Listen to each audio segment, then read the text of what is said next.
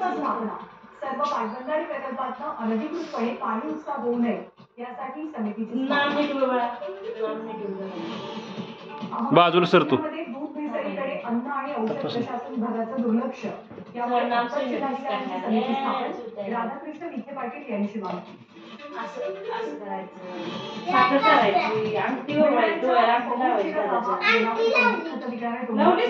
अटक केली आहे. 4 पोलीस सरकारची बतावणी करून व्यावसायिकाला लुटणाऱ्याला अटक. मुंबईच्या डीएम अटक टाळण्यासाठी आरोपी आणि त्याच्या साथीदारांनी केला पोलिसांवरतीच हल्ला. रत्नागिरीमध्ये डेंग्यूच्या रुग्णसंख्येत वाढ. एका महिन्यात